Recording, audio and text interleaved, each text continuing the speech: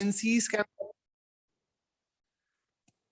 This is done so that the cost of production is low and the MNCs can earn greater profits, right?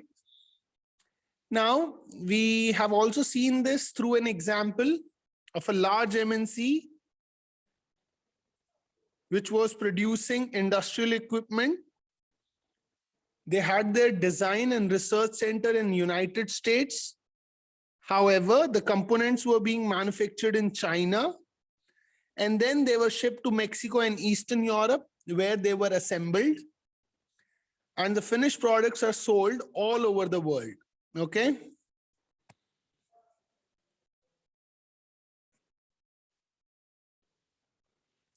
Then now, earlier the goods were produced in the country, and then the final goods or food stuff or raw material were transported.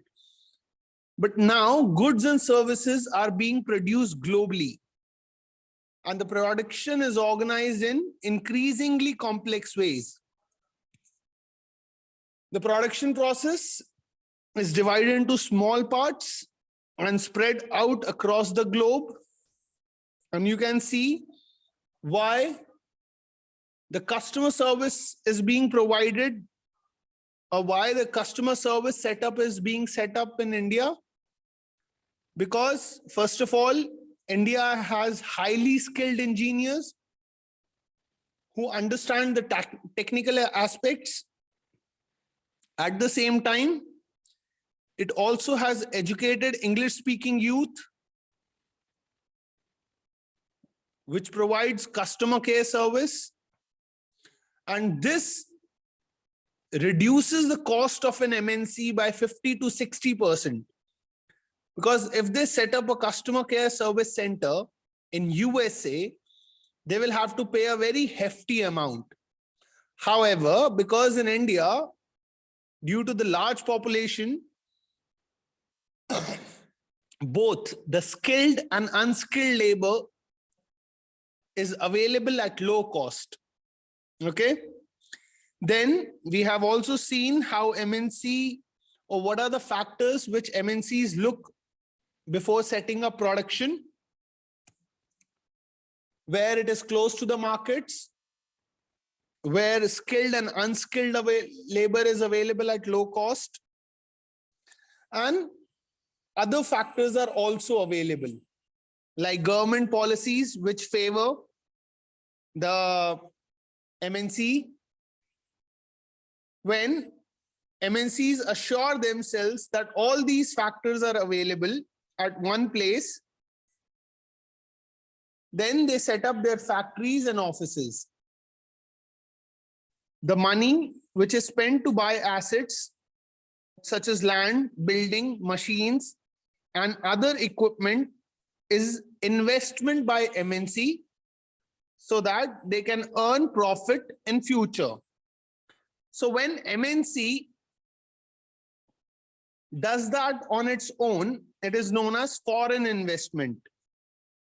And any investment is made with the hope that they will earn profit. Then the second way by which MNC can set up production is jointly with a local company. Now, the benefit for the local company is that they get additional investment. Now, MNC being a huge multinational corporation have lots of funds which they can invest in the local company. At the same time, new technology or the latest technology is available to the local company. The most common route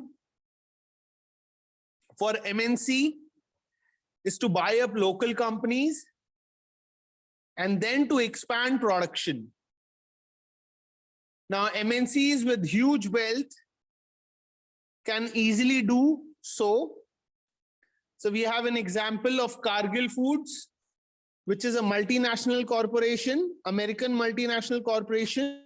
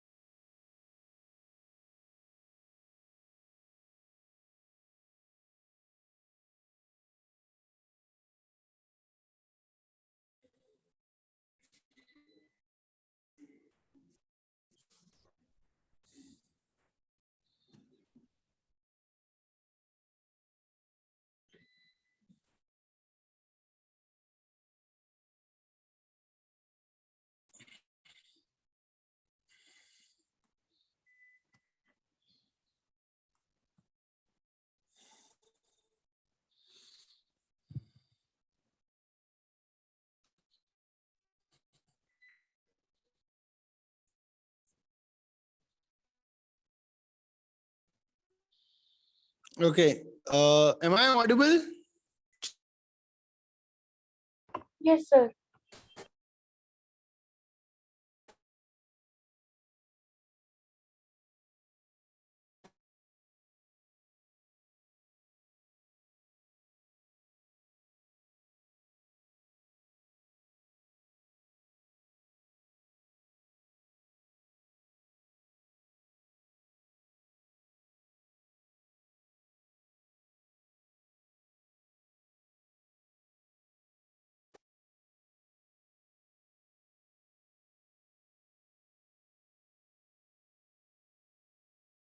Buy up a local company?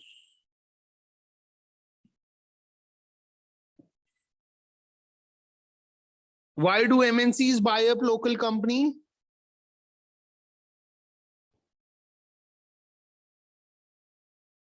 Sir, because local companies are already established in that area, so they don't need to work that hard. Yes, exactly. They already have a network. They already have infrastructure available. So it is very easy for an MNC to gain control over the market. Then many MNCs have wealth exceeding the entire budgets of the developing country governments. Now, with such wealth, they can at many times even influence the decisions of the government, or they can pressurize the government to open up their markets. Now, there is another way in which MNCs control production. The last method is that MNCs in developed countries place order for production with small producers, especially in garments, footwear, sport items, etc. Now, the production is carried out by a number of small producers around the world. Then these products are supplied to the MNC, where they go through a quality check, after which the MNC put a tag or their brand name on them, and then they are sold as a product of that MNC. So there are a variety of ways in which MNCs are spreading their production while interacting with local producers across the globe. Okay. Then we have seen foreign trade and integration of markets, how foreign trade has brought the world closer, right? So we have already done this. So we have a case study of Chinese toys in India, that the Indian toys were expensive or were sold at a high price. So China saw an opportunity in this. Because of the cheaper prices and better designs, the Chinese toys became popular in Indian market. And within a year, 70 to 80% of the toys sale in India was that of Chinese toys. So as a result, Indian buyers have a greater choice of toys, which is available at low prices. But for Indian toy makers, they are facing heavy losses as now the consumers are not buying toys made in India. So you can see with the opening of trade, goods are traveling from one market to another. The choice of goods in the market has risen up.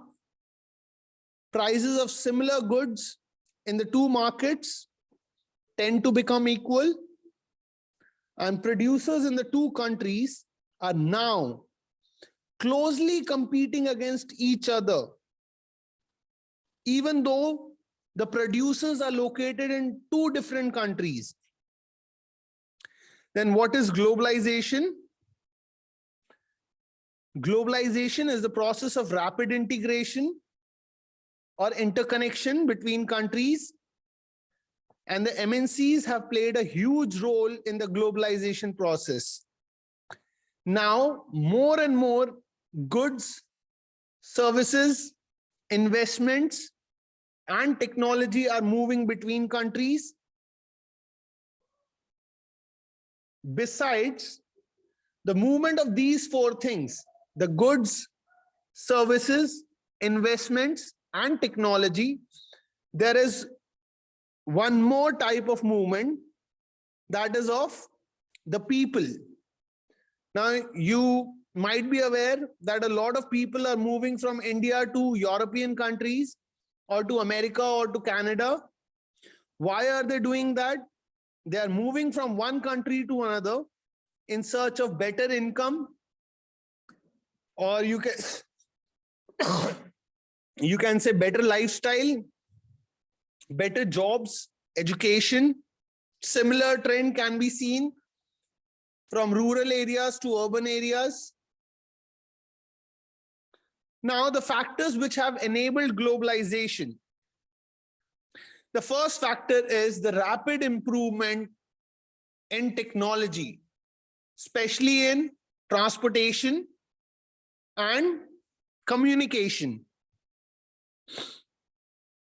Now, with the improvement in transportation technology, the delivery of goods across long distance has been made possible at lower cost. So here a case study has been given of containers. Now the goods can be loaded intact either onto ships, railways, planes, trucks, and it has reduced the cost of transportation and handling. Similarly, the information and technology has changed the world altogether.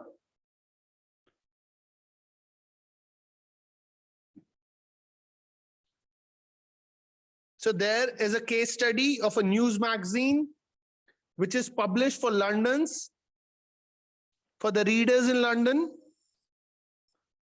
but it is designed and printed in Delhi. The text or whatever has to be printed in the magazine is sent by mail to Delhi office. Then the editing is done while discussing things on internet or through a computer. After printing in India, the magazines are sent by air to London, and nobody, either in Delhi office or in London office, moves to India or to London. All of them are working through the internet, and even the payment is done through e-banking.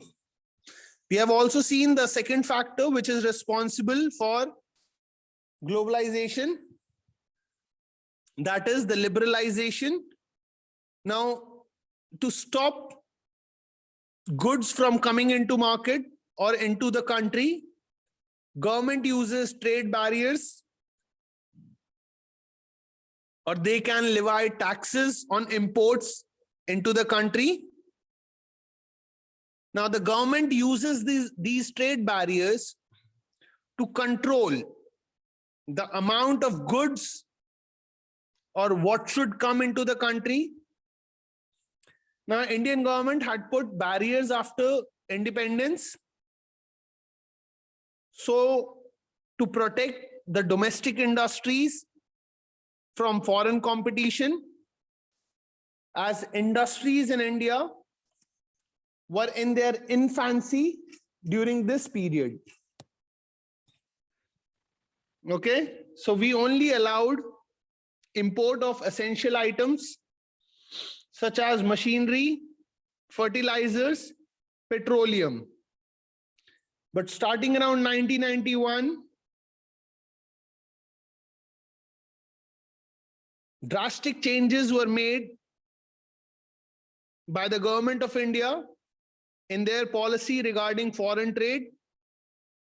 The government decided now the time has come for Indian producers to compete in the international market.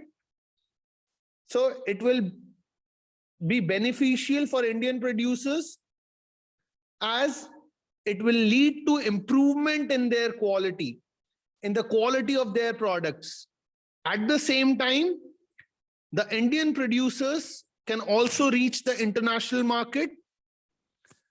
Thus, barriers on foreign trade and foreign investments were removed to a large extent.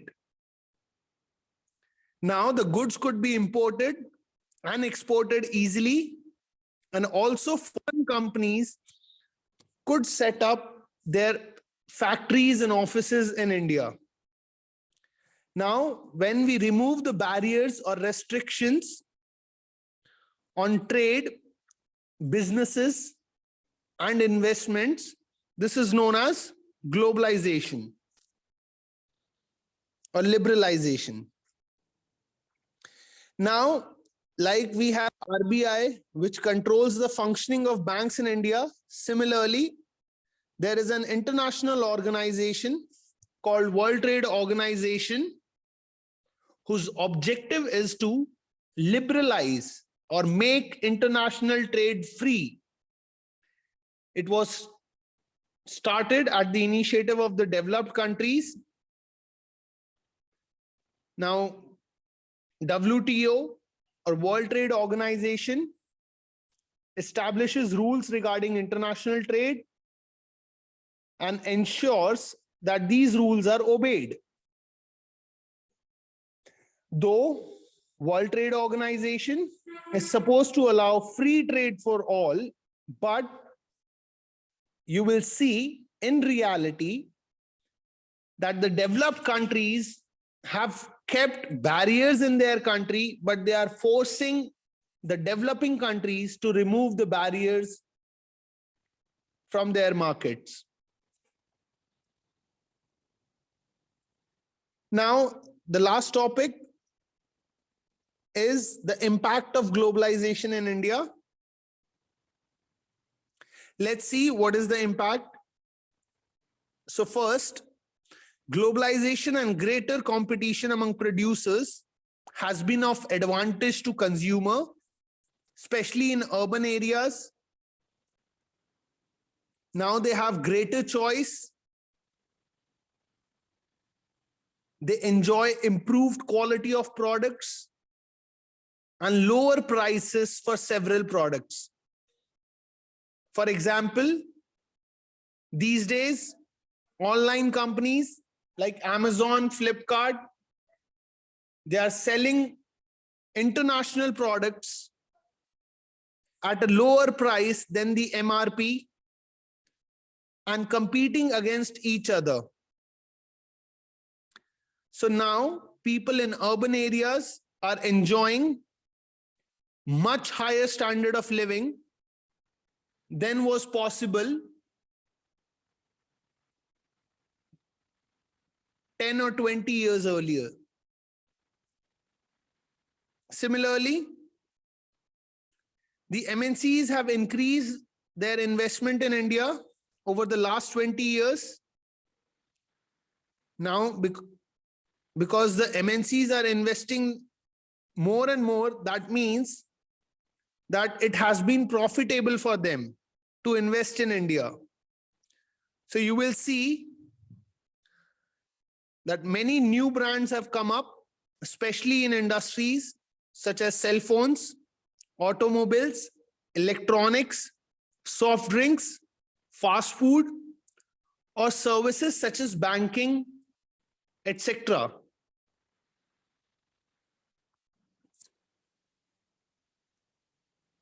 With the coming up of MNCs, many new jobs have been created. Also, the local companies who are supplying raw material to these MNCs have benefited. Okay. Next, many top Indian companies have been able to benefit from the increased competition.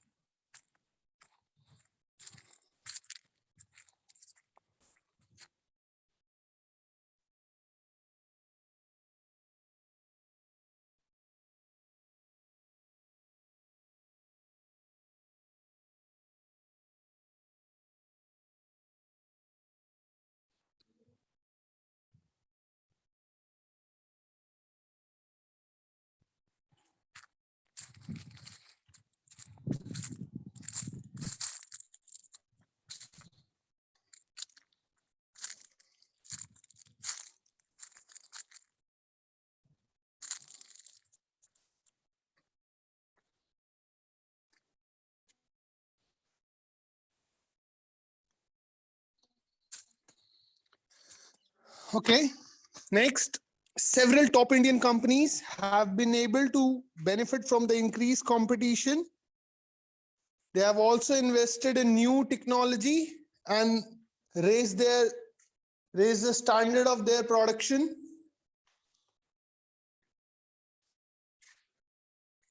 And they themselves, as we have discussed earlier, they themselves have become multinational companies like Tata Motors, Infosys, Ranbaxy, Asian Paints, Sundaram Fasteners, etc. Now, globalization has also created new opportunities for companies which are providing services, especially in the terms of IT sector. Now, during the 2000 till 2010, there was a huge surge in customer service centers or customer care centers in India, also known as BPOs or business process outsourcing, and KPOs or knowledge process outsourcing.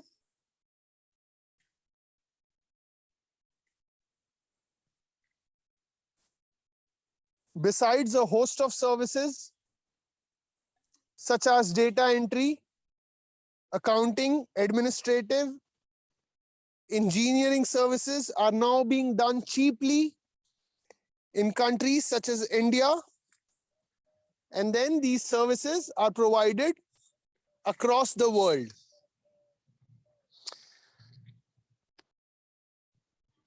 In recent years, to attract foreign investment, the central and the state governments are taking special steps. One of them is setting up of special economic zones. Now, what are these special economic zones? These are areas which have world-class facilities, including electricity, water, roads, transport, storage, recreational, and educational facilities. Now, the foreign companies which set up their production in these areas do not have to pay taxes for an initial period of 5 to 10 years. At the same time, the government has also allowed flexibility in labor laws. Now, we have done organized and unorganized sector in sectors of Indian economy. Now, these MNCs come under organized sector, where there are rules and regulation regarding employment of labor. However, in recent years, these MNCs are not following the rules and regulations, and they are hiring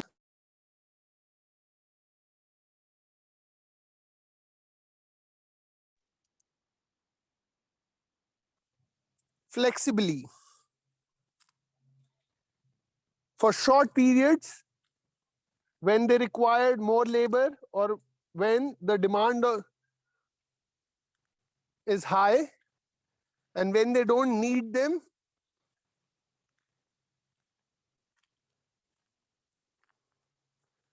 they are sent out of the company.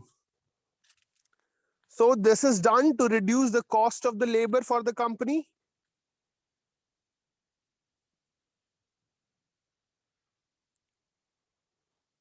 Next, there is a case study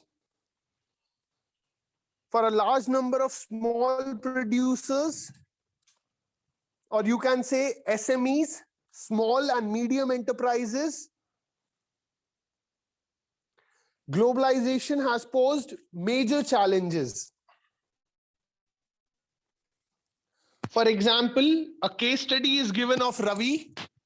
Just go through it quickly and then we will discuss it.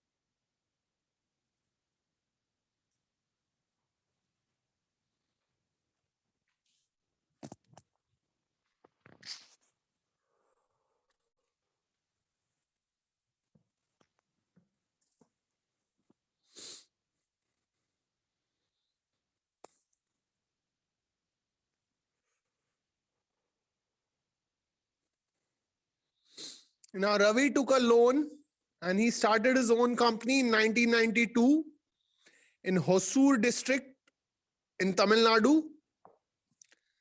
Now, his company used to make capacitors which were used in electrical appliances like tube lights, television, etc., radios. Within 3 years, he was able to expand his production and his company gained profits. But his struggle started when foreign companies were allowed to sell their capacitors in India.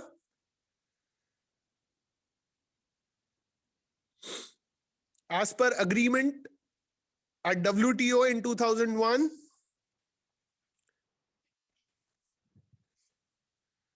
now, due to competition from the MNC brands,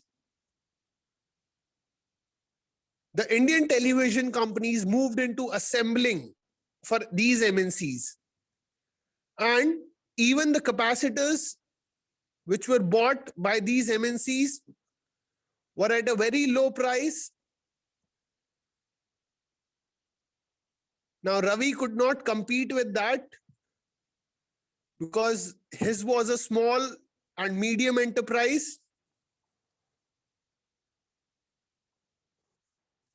And he has been facing losses since then.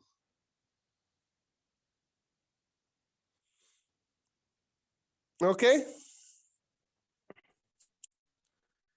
Similarly, the workers or laborers working in small companies have also not benefited with the globalization because the pressure of competition has changed the lives of workers.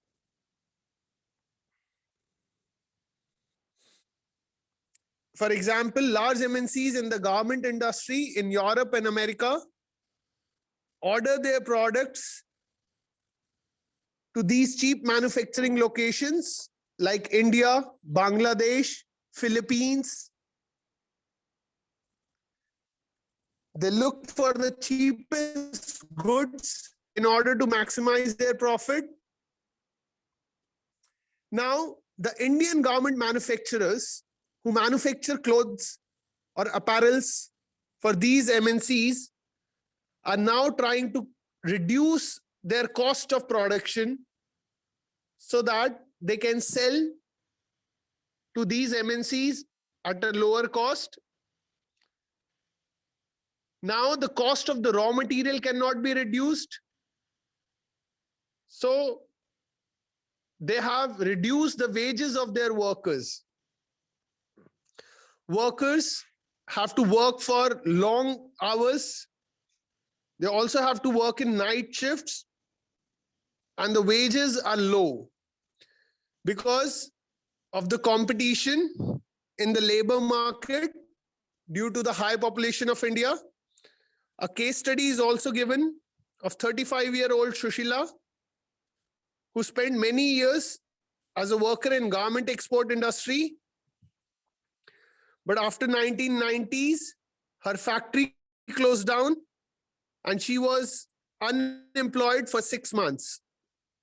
She finally got a job, but it is very far from her home. And the wages now given to her are also lower as compared to her wages earlier.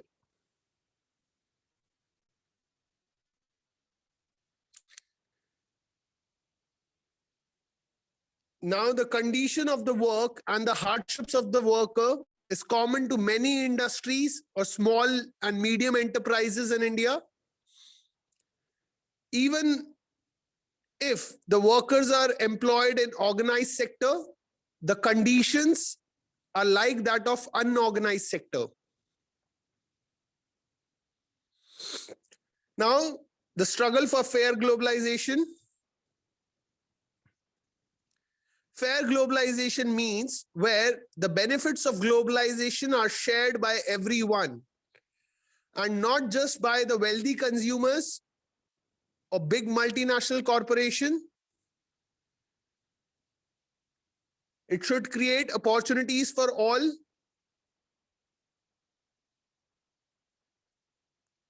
The government can play a major role in making this possible. Government can adopt policies which will protect the interest not only of the rich and the powerful, but all the people in the country. For example, the government can ensure that the labor laws are properly implemented and the workers get their due wages and rights.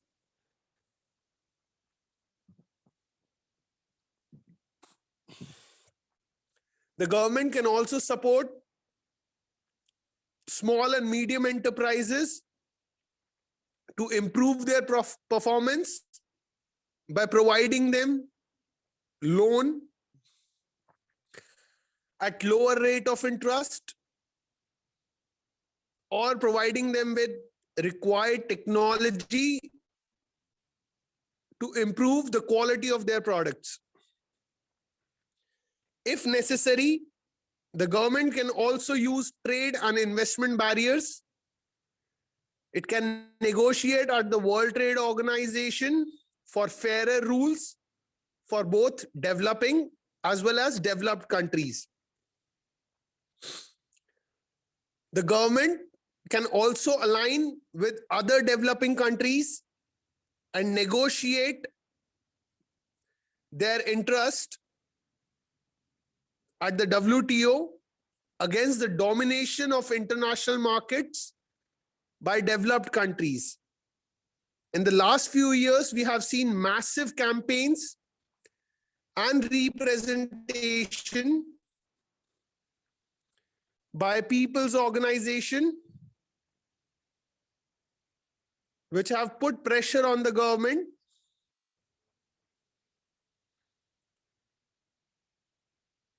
for a fair globalization.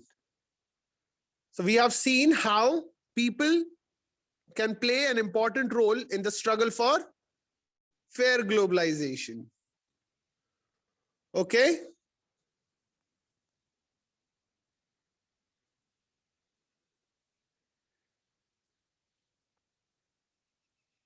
Is it clear to you all? Yes, sir. Yes, sir. Okay, good. Yes, Any sir. doubt? No, sir. Yes? No, sir. Okay. All right. So that's it. The chapter is over. In the next class, if you have any doubts, just go through the chapter on your own. If you have any doubts, you can ask me.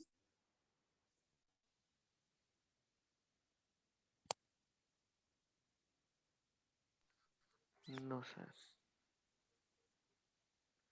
Okay, so revise the chapter at home. Read the chapter from NCERT. The case studies are important from the exam point of view. So make sure that you have done all the case studies. Excuse me, sir.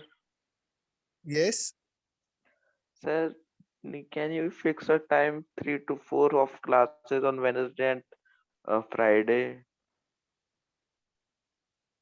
No, it is 4 to 5 on the, sorry, 3 to 4 only. But today, because Manasvi has to go to school, we Sir, have I have shifted to the go time to from school 3 to on 4 to 5. I have to go to school on Wednesday also. And sir, from Friday I have my paper, so just the time in the evening. Okay, Okay, sir. Then 4 we to will 5. discuss that later. So if you can, then please, I will if it can be 3 to 4. If it not be, then 4 to 5. Okay, I'll discuss it with the center team and I'll let you know. Okay. Okay, sir. Right. Okay. All right. That's it for today. Have a nice Thank day, you, sir. sir. Okay. Thank you, sir. Okay. Good day.